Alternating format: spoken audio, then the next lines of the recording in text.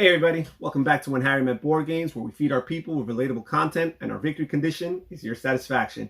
I'm Harry. Before we go any further, please don't forget to hit the subscribe button somewhere on the lower right hand side of your screen. That way we could all move on with our lives and enjoy the rest of this video. Today, we have another episode of Monday Metagaming, where I will share with you some of the latest industry news, at least the ones that catch my interest the most and that I'm more excited about, and also we'll share some channel updates and announcements, and finally we'll wrap up this video with some recent plays. Now this is the first episode of Monday Metagaming, I think in about 5 weeks, so for those who have missed the show, I'm sorry. We will be having this show more sporadically. It's not going to be as frequent. It used to be a weekly thing. We'll probably be keeping it around once a month. That way we'll have more to share, more interesting things to talk about. Now let's get straight to the news. The first news item I would like to share is the fact that Gloomhaven Jaws of a Lion, which is thematically speaking a prequel, I guess, to Gloomhaven, but from a board game perspective it's a sequel because it's following Gloomhaven, but it's not really a true sequel because I guess it's like an introductory. It's like a Gloomhaven 101 to some sort. It's like a overly produced tutorial, a glorified tutorial of Gloomhaven.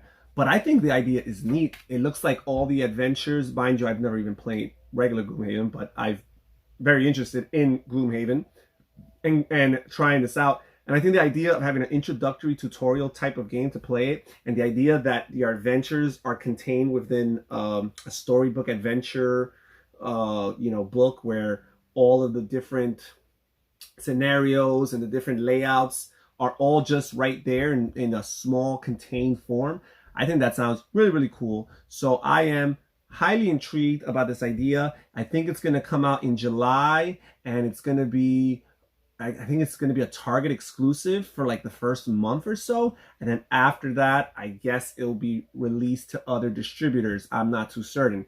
I do know this, I'm probably not going to wait for more than a month. Probably sometime in July, I'll be paying a visit to Target and trying to get myself a copy of Gloomhaven Jaws of a Lion.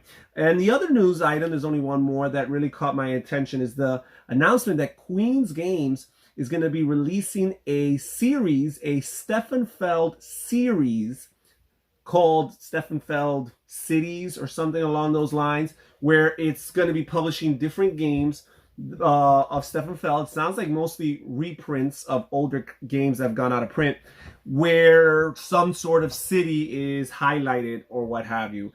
The first one is Speakerstadt, something like that. It's the game that eventually was reprinted as Jorvik, the Norse or Norwegian version of the game. So Speakerstadt is going to be the first one released in this line of games from Queen's Games. And I guess they're going to have like a series of 7 games or so. And I've heard some people speculating that games like Macau and probably, Bora Bora or what else you have? You have Bruges out-of-print games that will be reprinted into this series of games. Since I already own the aforementioned games and I bought relatively expensive out-of-print editions of those games, I guess I'm not so interested in those games being reprinted. But one game that I am very interested within the line of Steffenfeld's Cities games is Strasbourg. I don't know how to pronounce it, but this game is an old Steffenfeld game that for whatever reason was never republished or reprinted. I've seen videos of it online, I've read about it, and it looks like I might actually like it, but for whatever reason, it has never been reprinted. I hope that game is added to the Steffenfeld City series of games being published by Queen's Games. And that's it for those news items. Now we will move on to the channel announcements and updates. So the first thing I would like to announce is that in the last month or so, we as a channel, When Harry Met Board Games, has added about 35 subscribers. Now, mind you, about 5 or so in the last month have also unsubscribed, and it pains me and rips my heart out every time I see that. But that's okay. I accept it, and I know that you guys got to do what's best for you. But even so, we have a net of 30 subscribers. That's about a subscriber a day, and it brings our total to the channel to 152 subscribers. How about that? All right, so I'm excited, halfway to 200. Really excited about that. We also continue to grow with views. By the time you guys are watching this, I'm pretty sure we'll be at 10,000 views as a channel. Thank you so much for the support. 10,000 views is tons of views. And even though I know that the majority of those views are from people who click the video and within the first 15 to 20 seconds are out of here because they can't stand the look of this face, I get it. But the idea that some of you guys watch these videos and are even persuaded to click that subscribe button and join us and follow us on this journey, on this ride, I'm absolutely grateful for that and cannot describe or explain my gratitude for that. All right, so 10,000 plus views. Also, for those curious about my Instagram channel, When Harry Met Board Games 7, that continues to grow as well. We're approaching 2,600 followers, 2,600 followers. Stay tuned. When we get to the 3,000 milestone, we probably will be having another board game giveaway. And as for this week's announcements, we have a top 10 list coming out this week. We have our top 10 party games. I'm not the hugest fan of party games, but I do like them and find that they have their place and their time. And for those who are interested, what are my 10 favorites? That'll be coming out this Tuesday. Also, we will be having a board game review. I'll be reviewing a game that's relatively new to me, Tower of Babel, designed by Reiner Knizia. This is an underrated game in my opinion, and I had a really good time with that.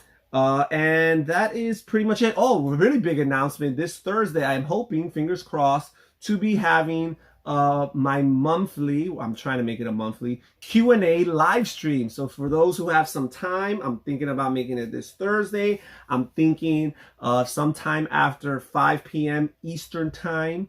So for those who have some time that they could squeeze in and fit in to check me out live, that will be this Thursday, July 2nd, is it? I think it's July 2nd. Yep.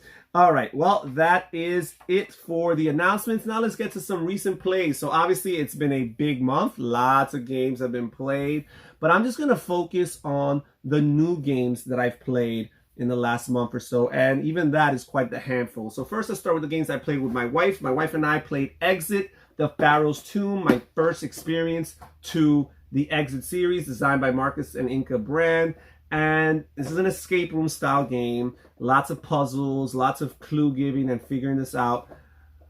Two things I must say before I move on. One, my wife and I, we did terrible at it. We got a score of 1. You could score a 1 through 10 depending on how quickly you complete it and how much help you needed to complete it. We scored a 1. We were awful.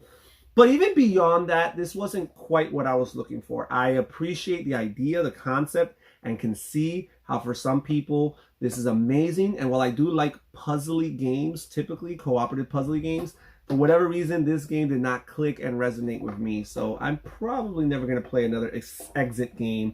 However, don't quote me. But this game, on the other hand, Kingsburg, dice placement, worker placement game. I played this game also with my wife, Lily.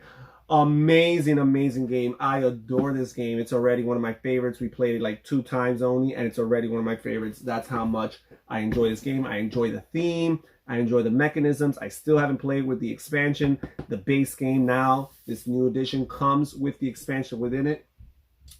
Phenomenal game. I'm just going to leave it at that. We also played Glass Road a couple times, designed by Uwe Rosenberg, and this was a fun game. I like it. It's a little bit different than some of the other Uwe Rosenberg games we play, which is a good thing to make it feel and stand out from the pack. I like that card play comes back. You know, Uwe was early on known for his card play. Some of his games implement cards, but you're not necessarily playing the cards. The cards are kind of like a representation of a building or a resource or a worker. Here, yes, they are a representation of a worker, but you are indeed choosing when to play it. There's a little bit of hand management, a little bit of variable phase order, similar to games like San Juan and Race for the Galaxy and even Puerto Rico. Fun game. What I like about this game is, first of all, it has a neat dial that's used for to keep track of your goods. And as you use goods and spend goods. You rotate this dial, and sometimes that produces some of the more refined goods in your supply, like glass and brick. Aside from that, I love Uwe's implementation of dials and wheels and things like that. But aside from that, I love the fact that this game feels really meaty and crunchy, and at the same time it's about 15 to 20 minutes per player. We can knock this game out in about 35 minutes, and even so feel like we played a really solid, fulfilling, satisfying, satiating game, not just a quick little filler.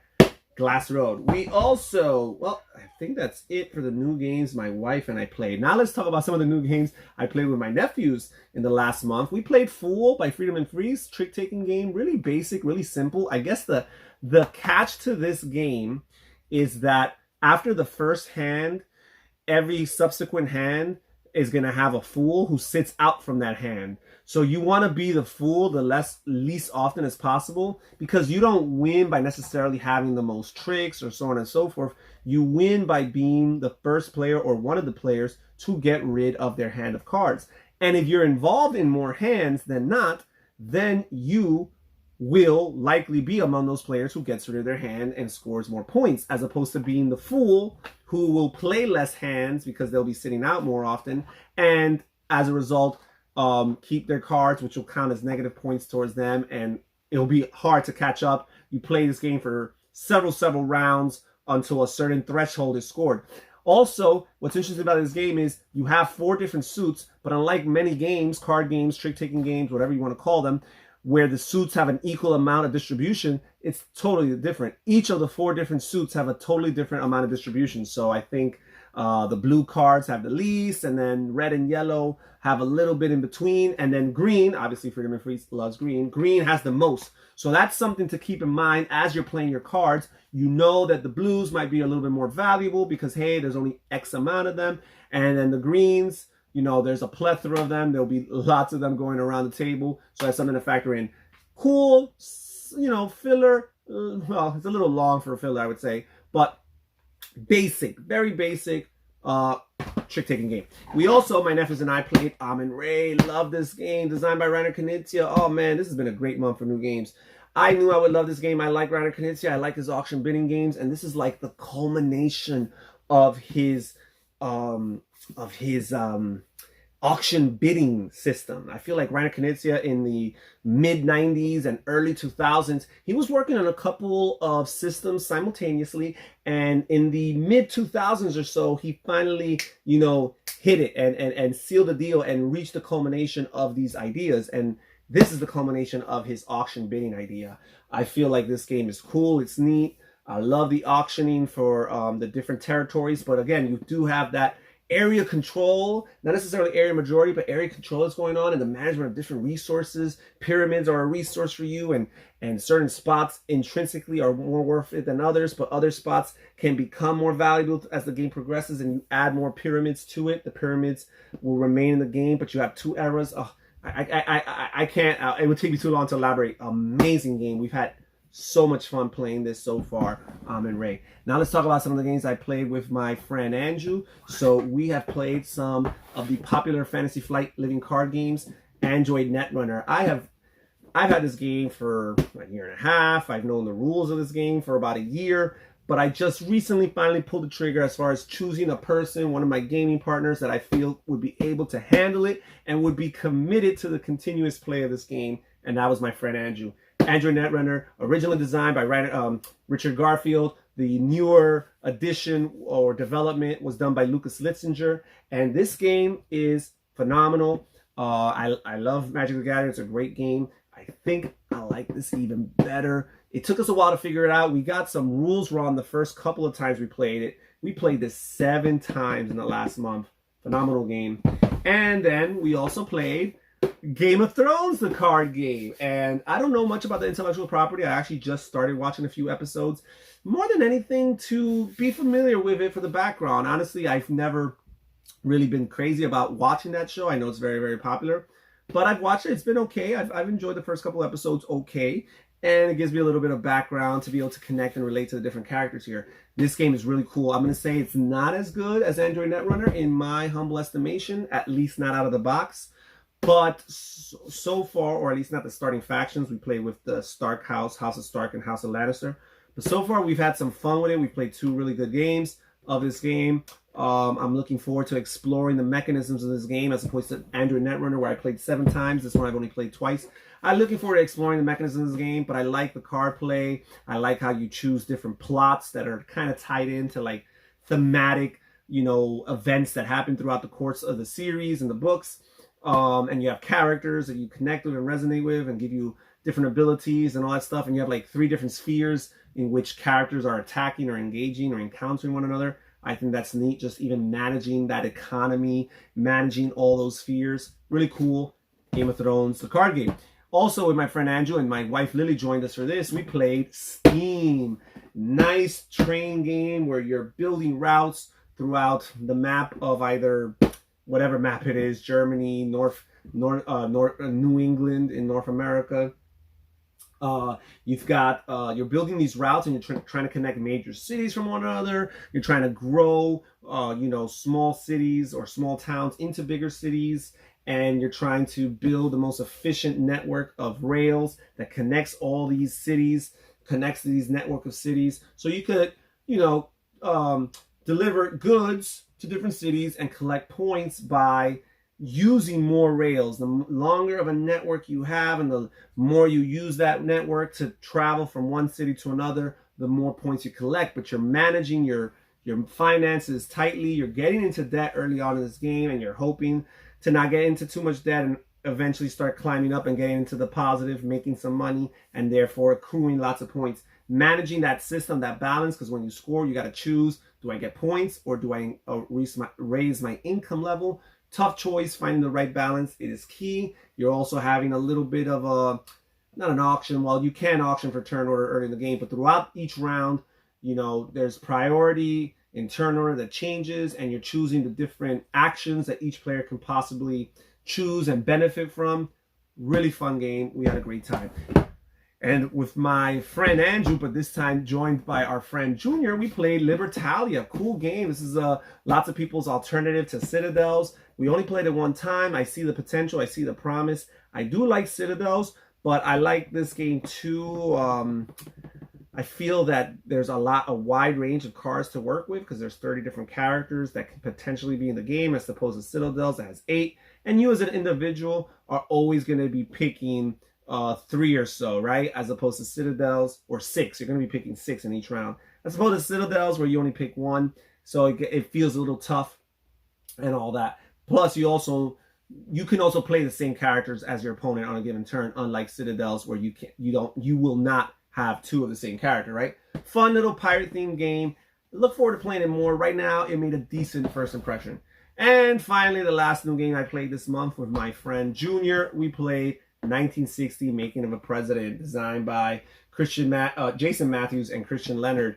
And Jason Matthews, we had played, I don't know if Christian Leonard was involved in that design, but my wife and I had played Sola Fide, Reformation-themed game with a similar idea, some politics, some area majority, some cubes representing presence and influence, and the moving of those cubes to represent the loss of presence and influence. This game is neat. Not only is it historically enriching to just find out not only the things that transpired around this era, the early 1960s, late 50s, but also just understanding to some extent, albeit, a little pushed back and abstractly, the electoral process, right? And the college electoral process and all, vying for states necessarily because, they produce more electoral votes than some other states. Feeling like the game might be more competitive than it might really be because both candidates have an equal amount of support from the same amount of states, but one candidate, strategically has garnered the influence of states with a higher electoral college and more votes, and therefore ends up winning. Really cool. We only played it one time, but it was a wonderfully fascinating experience, and I definitely look forward to getting that game to the table again. And that's it. Those are my new games. That's it for today's episode of Monday Metagaming. I will catch you guys again sometime next month. Thank you guys so much again for the support, for watching this channel. Don't forget to subscribe. Don't forget to hit the like button down below. Comment. Tell me what you've been playing this last month. Tell me if any of the games that I've mentioned ring a bell and how you feel about them. All right. Again, this is Harry from When Harry Met Board Games saying take care, everybody. Stay safe, stay healthy, and have fun gaming. Bye-bye.